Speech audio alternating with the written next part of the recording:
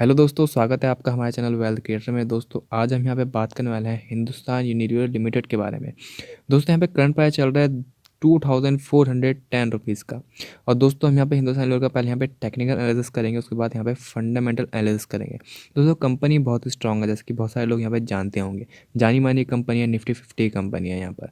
ठीक है, जैसे कि आपको पता है कि हमने निफ्टी 50 का यहाँ पे एनालिसिस स्टार्ट किया है कि निफ्टी 50 के सारे स्टॉक का लगातार यहाँ पे एनालिसिस किया जाएगा, ताकि आप सही स्टॉक को सही प्राइस पे बाइंग कर सकें।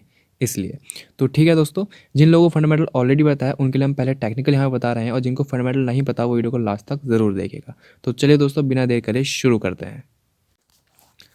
तो दोस्तों हम आ गए यहाँ पे चार्ट पर, और आप देख सकते हैं कि यहाँ पे हमने एक रेक्टेंगल बना रखा है। ये जैसे कि आपको यहाँ पे दिखाई दे रहा है, ये हमने यहाँ पे एक रेक्टेंगल बना रखा है। दोस्तों ये इसका यहाँ पर बाइंग जोन है। यहाँ पर जब भी स्टॉक आता है इसके अंदर बाइंग स्टार्ट हो जाती है। ठीक है, जैसे कि आपने देखा कि यहाँ से स्टॉक ने अच्छी खासी रैली बनाई, और जब उसके बाद स्टॉक यहाँ पे करेक्ट हुआ तो उसके अंदर जो बाइंग आई, स्टॉक ने यहाँ पर सपोर्ट लिया। ठीक है, उसके बाद स्टॉक के अंदर फिर यहाँ पे ऊपर पोटेंशियल आया, फिर स्टॉक के अंदर जो यहाँ पर गिरावट दर्ज की गई, उसके बाद फिर स्टॉक ने यहाँ पर सपोर्ट लिया।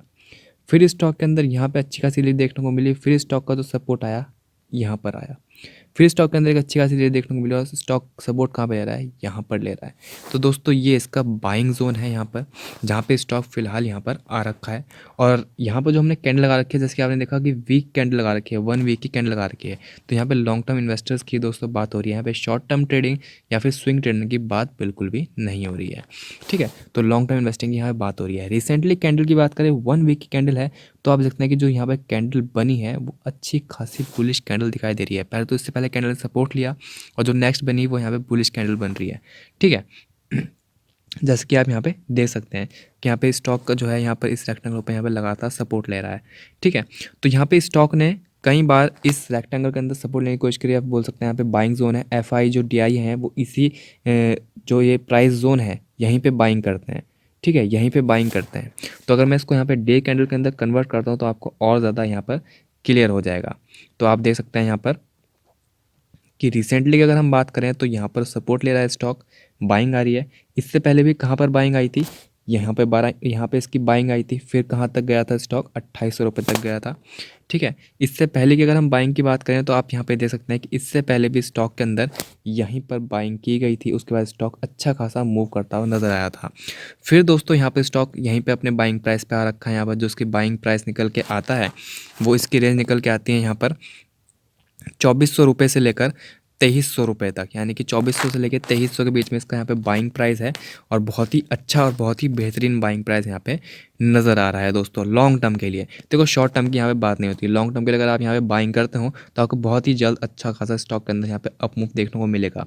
स्टॉक की अगर यहाँ पे हाई की बात करें, स्टॉक का जो हाई है वो कहाँ था, तो इतना ये 2850 रुपये के अप्रॉक्सीमेटली का स्टॉक ने हाई लगाया, और फिलहाल यहाँ पे 2410 रुपये पे स्टॉक ट्रेड करता हुआ नज़र आ रहा है। लगातार स्टॉक के अंदर यहाँ पे गिरावट देखने को मिल रही है दोस्तों। ठीक है, उसके बाद जो यहाँ पे कंसोलिडेशन का थोड़ा सा फेस दिखाई दे रहा है वो यहाँ पर आया। उसके बाद जो पोटेंशियल दिखाई देगा वो भी बहुत अच्छा, आपको पोटेंशियल बहुत जल्द दोस्तों यहाँ पर दिखाई देगा। तो आपने क्या करना है, आपने करनी है सिर्फ बाय ऑन टिप, कि आपको जितना ज़्यादा नीचे हो सके उतना नीचे यहाँ पर बाइंग करनी है। ठीक है, क्योंकि अगर आप एक बार लमसम अमाउंट लगा देंगे तो आप यहाँ पे बाय ऑन डिप की जो कैपेबिलिटी है वो खो देंगे। ठीक है, और जो लॉन्ग टर्म इन्वेस्टर होते हैं उनको जितना नीचे स्टॉक चलता चला जाए, मार्केट जितनी ज़्यादा नीचे गिरे उतना ही मज़ा आता है दोस्तों, उतना ही नीचे बाय करने में मज़ा आता है। ठीक है, तो यहाँ पे स्टॉक का जो प्राइस रखा है 2410 रुपये का रखा है। तो यहाँ पे अगर आप पहली बाइंग करते हैं 2410 रुपये पे, कुछ क्वांटिटी मान लो आपने 10 क्वांटिटी बाय करनी है, 10 में से अगर आप यहाँ पर 3 क्वांटिटी 4 क्वांटिटी बाइंग करते हैं तो बहुत ही अच्छा बाइंग प्राइस है 2400 रुपये का। उसके बाद जो अगली इसकी बाइंग आती है वो आती है आपकी ये वाली बिल्कुल। उसके बाद जो आपने यहाँ पे बाइंग करनी है बिल्कुल यहाँ पे 4-5% नीचे बाइंग करनी है, जो कि 2300 रुपये के अप्रॉक्सीमेटली आती है। 4 क्वांटिटी अगर आपने 2300 रुपये के प्राइस पे बाय कर ली तो आपको यहाँ पे बहुत ही अच्छा प्राइस देखने को मिल जाएगा। ठीक है, यानी कि अगर मार्केट करेक्ट हो तो आपने यहाँ पे अपॉर्चुनिटीज़ क्रिएट होती हैं, बहुत अच्छी यहाँ पे अपॉर्चुनिटीज़ होती है, वहाँ पर आपने यहाँ पर बाइंग करनी है। तो फिलहाल मैं आपको यहाँ पे बता दूँ कि एक स्टॉक बहुत ही अच्छा है, और ऐसे प्राइस पे आपको स्टॉक ये दोबारा नहीं मिलने वाला। तो जिन लोगों को फंडामेंटल ऑलरेडी पता है उनको मैं आपको बता दूँ, जिनको फंडामेंटल ऑलरेडी पता है वो यहाँ पर टेक्निकल बता रहा हूँ कि बहुत स्ट्रॉन्ग यहाँ पे टेक्निकल दिखाई दे रहे हैं। और जिनको फंडामेंटल नहीं पता है दोस्तों वो वीडियो को लास्ट तक जरूर देखिए, आपको उनको फंडामेंटल भी यहाँ पर पता चल जाएगी कंपनी किस टाइप की है। और जैसे कि दोस्तों आप यहाँ पे देख सकते हैं कि आपको यहाँ पे एक ग्रीन लाइन दिखाई दे रही है, ये वाली, ये इसका 50 डे मूविंग एवरेज है। ठीक है, 50 डे मूविंग एवरेज। और ये जो आपको रेड लाइन दिखाई दे रही है पतली सी, मैं आपको एरो दिखाता हूँ बना के, ये वाली जो रेड लाइन दिखाई दे रही है, ये इसका 200 डे मूविंग एवरेज है। 200 डे मूविंग एवरेज है। ठीक है, तो जैसे मैं आपको बोलता हूँ हर बार, अगर आपको कोई अच्छा स्टॉक अपने 200 डे मूविंग एवरेज के नीचे मिलता है और आप उसके वहाँ पर बाइंग करते हैं, तो आपके लिए वो सोने पे सुहागा होता है। और यहाँ पे अगर मैं आपको बताऊँ कि 200 DMA के नीचे यहाँ पे स्टॉक आ चुका है, इसका 200 DMA निकल के आता है 2454 रुपये का, और फिलहाल स्टॉक चल रहा है 2410 रुपये का। तो यानी कि अपने 200 DMA के नीचे ही स्टॉक चल रहा है। प्लस जो मैंने आपको रेक्टेंगल दिखाया वो यहाँ पे बाइंग जोन भी है। तो ओवरऑल अगर देखा जाए तो यहाँ पे जो प्राइस का सपोर्ट बन के आ रहा है, जो प्राइस की बाइंग बन के आ रही है, बहुत ही अच्छी यहाँ पर बाइंग बन के आ रही है। जैसे कि आप यहाँ पे भी देख सकते हैं कि स्टॉक के अंदर जब बाइंग आई थी तो स्टॉक उस वक्त ही अपने 200 डे मूविंग एवरेज को टच किया था और उसके बाद यहाँ पे ऊपर अपना हाई लगाया था। ठीक है, तो यानी कि यहाँ पे आप देख सकते हैं कि इससे पहले अपने 200 मूविंग एवरेज के आसपास आया, उसके बाद फिर हाई लगाया। तो ओवरऑल देखा जाए तो स्टॉक यहाँ पे अपने अच्छे खासे बाइंग प्राइस पर रख के बस आपने क्या करना है, बाय करना है और होल्ड करके रख देना है। अब देखते हैं इसके फंडामेंटल की कंपनी कैसी है, किस टाइप की कंपनी है, क्यों लॉन्ग टर्म के लिए आपको यहाँ पर बोला जा रहा है। दोस्तों अगर हम यहाँ पे बात करते हैं कि हिंदुस्तान यूनिलीवर यहाँ पर काम क्या करता है, तो यहाँ पे personal care, food and refreshment segment के अंदर यहाँ पे काम करता है। एफएमसीजी सेक्टर की यहाँ पे लीडर कंपनी है हिंदुस्तान यूनिलीवर लिमिटेड। अगर मैं यहाँ पे बात करूँ कि इसकी ब्रांड कौन कौन सी है, तो बहुत सारे ऐसे ब्रांड्स हैं जिनका नाम आपने ऑलरेडी सुना होगा। अगर मैं यहाँ पे स्किन क्लीजिंग की बात करूँ, यानी कि स्किन केयर प्रोडक्ट्स की बात करूँ, तो डव जो कि बहुत ही फेमस है, वो यहाँ पर हिंदुस्तान यूनिलीवर का ही है। शायद आप भी यूज़ करते होंगे। लाइफ बॉय हो, लक्स हो, पियर्स हो, लिरिल हो, हमाम हो, लिवर आयुष हो, ये सारे प्रोडक्ट्स जो हैं यहाँ पर हिंदुस्तान यूनिलीवर के ही हैं। ओरल केयर की बात करें तो पेप्सोडेंट और क्लोजअप। कोलगेट के बाद कौन से दो यूज़ करे जाते हैं, पेप्सोडेंट यूज़ किया जाता है, फिर क्लोजअप यूज़ किया जाता है, और दोनों यहाँ पर हिंदुस्तान यूनिलीवर के हैं। यहाँ पे साथ ही लीवर आयुष भी है। हेयर केयर की बात करें तो हेयर केयर के लिए आपको इमामी एक अलग से खरीदना पड़ेगा, पर हिंदुस्तान लीवर हेयर केयर के यहाँ पर काम करता है। तो आप देखते हैं कि Tresemme, Dove, Indulekha, Lever Ayush, तो यहाँ पे ये हेयर केयर में भी काम करता है। स्किन केयर की बात करें तो ग्लो एंड लवली, पॉन्ड्स हो गई, वैसलीन हो गई, लैक्मे हो गई, लीवर आयुष। ठीक है, और कलर कॉस्मेटिक की बात करें तो लैक्मी जैसी एक बड़ी ब्रांड, जिसको पूरी यहाँ पे आई थिंक इंडिया में कुछ ही लोग होंगे जो नहीं जानते होंगे, लैक्मी जैसी बड़ी ब्रांड हिंदुस्तान यूनिलीवर के अंडर में ही है। ठीक है, यानी कि इतनी बड़ी ब्रांड है हिंदुस्तान यूनिलीवर, कोई छोटी मोटी नहीं है। मार्केट कैप की बात करें, लार्ज कैप कंपनी है, 5,65,000 करोड़ की मार्केट कैप है। स्टॉक के पी की बात करें तो 66.9 का पी चल रहा है। तो क्या स्टॉक महंगा हो रखा है 66 पी पे, तो वो देख लेते हैं। तो आप देख सकते हैं कि इसका जो मीडियन पी निकल कर आता है 5 सालों का, वो निकल कर आता है 67.8 का। फिलहाल स्टॉक कहाँ ट्रेड कर रहा है, 66.9 पे, यानी कि स्टॉक अपने मीडियन पी से भी सस्ता मिल रहा है, यानी कि स्टॉक अंडर वैल्यूड हो रखा है। स्टॉक की डिविडेंड यील्ड की बात करें तो 1.29% की है, और 1% अबव मैं आपको बोलता हूँ कि अगर 1% अबव मिलती है तो स्टॉक को बाय करो और होल्ड करो। अगर कंपनी अच्छी है तो आपको बहुत अच्छा डिविडेंड मिलेगा। तो 1% अबव है तो ये भी एक प्लस पॉइंट रहता है कि बहुत ही अच्छी यहाँ पे डिविडेंड यील्ड दिखाई दे रही है। ROC 39.2% की, ROE 29.2% की है। तो कंपनी ओवरऑल देखे जाए यहाँ पर तो बहुत ही अच्छी है। अब देखते हैं नंबर किस तरह के शो कर रही है कंपनी, किस तरह का जो कामकाज है वो यहाँ पर कंपनी करती हुई नज़र आ रही है।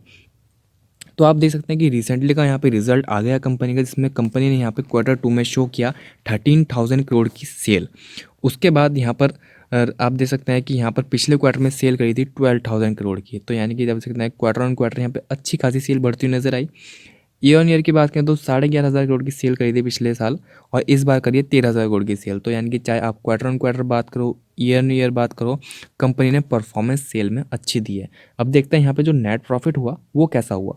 तो नेट प्रॉफिट की अगर दोस्तों यहाँ बात करें तो 2181 करोड़ का यहाँ पर नेट प्रॉफिट हुआ, यानी कि 2181 करोड़ का, जो कि इससे पहले क्वार्टर में 2097 करोड़ का था, और पिछले साल की अगर बात करें तो 1974 यानी कि 1974 करोड़ का था।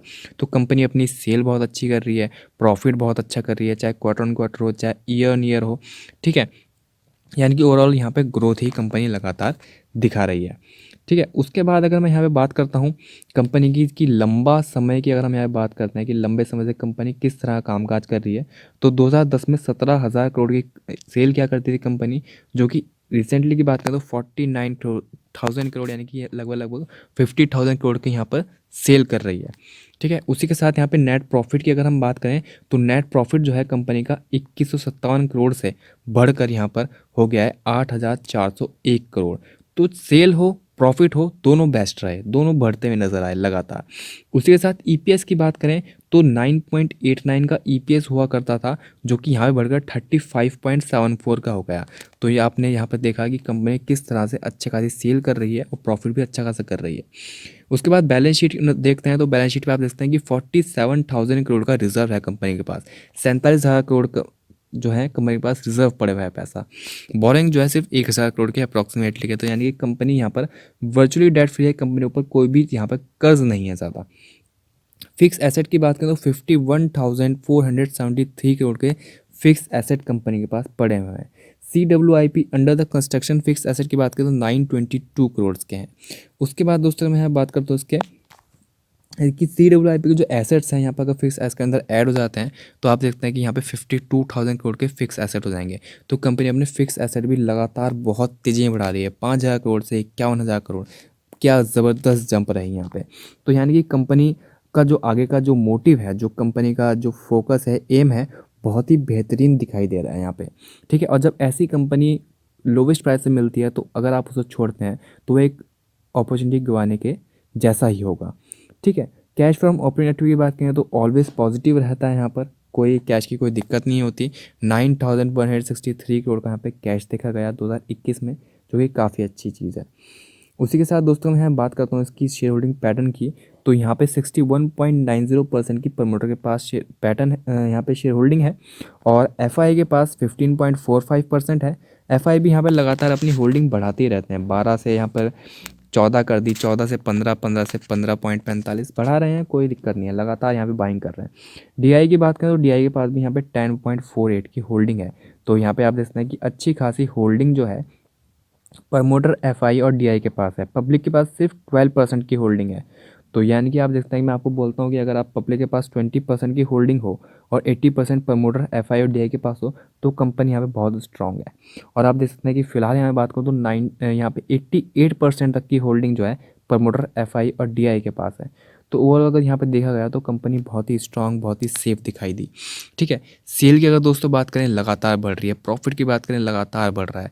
ठीक है, अब रिजर्व की बात करें बहुत तगड़ा है, फिक्स एसेट की बात करें बढ़िया है एकदम, कोई दिक्कत वाली बात नहीं है। डिविडेंड भी बहुत अच्छा कंपनी प्रोवाइड करती है। बड़ी बड़ी ब्रांड्स है कंपनी के पास, जो नामी ब्रांड्स है जिसको पूरी हिंदुस्तान जानता होगा मे बी। तो इस टाइप की कंपनी को अगर आप सही टाइम पे बाइंग करके अपने पोर्टफोलियो में ऐड नहीं करते तो सबसे बड़ी गलती करते हो। क्यों उन पेनी स्टॉक से पीछे पड़ रहे हो जिनकी कोई फ्यूचर ही नहीं है। ऐसे स्टॉक्स को खरीदो जो आने वाले टाइम पे आपको अच्छी खासी रिटर्न देंगे और बढ़ेंगे ज़रूर। ठीक है, तो दोस्तों इस कंपनी के ऊपर आप यहाँ पे बाइंग कर सकते हो, लेकिन उससे पहले अपना एक बार ड्यू इंटेलिजेंस ज़रूर कर लेना, एक बार खुद रिसर्च जरूर कर लेना, एक बार अपने फाइनेंशियल एडवाइजर ज़रूर पूछ लेना। और दोस्तों वीडियो अगर अच्छे लगे हो तो लाइक भी ज़रूर कर देना। ठीक है, और चैनल को सब्सक्राइब भी ज़रूर कर देना। मिलते हैं जल्दी अगली वीडियो में।